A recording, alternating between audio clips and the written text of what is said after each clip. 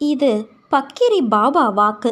இன்று உனக்கு ஏற்பட்ட விஷயங்களை அவமானம் என்று கருதாதே. உன் மனதில் கபடமில்லை. உன் மனதிற்கு தெரியும் யார் உன்னை ஏமாற்றுகிறார்கள் என்று. அவர்களை உன் வாழ்விலிருந்து நீ கொஞ்சம் நகர்த்தி வை. எதை வேண்டுமானாலும் பொறுத்து கொள்ளலாம். ஆனால் நம்பிக்கை துரோகத்தை மட்டும் பொறுத்து கொள்ள முடியாது.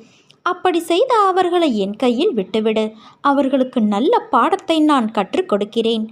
நீ எதையும் வெளியே காட்டாதே குழந்தையே.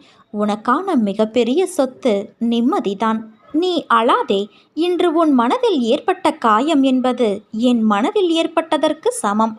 அதை நான் எப்படி சரி செய்கிறேன் என்பதை நீ பார். ஆனால் அவர்களுக்கோ அதையே அவர்கள் அனுபவித்துதான் புரிந்து கொள்ள வேண்டும் என்பது அவர்களுடைய விதி. மற்றவர்களுக்காக யோசி, உதவி செய். மற்றவர்கள் கஷ்டத்தை நினைத்து வருந்து. மற்றவர் வழிக்காக பிரார்த்தனை செய்.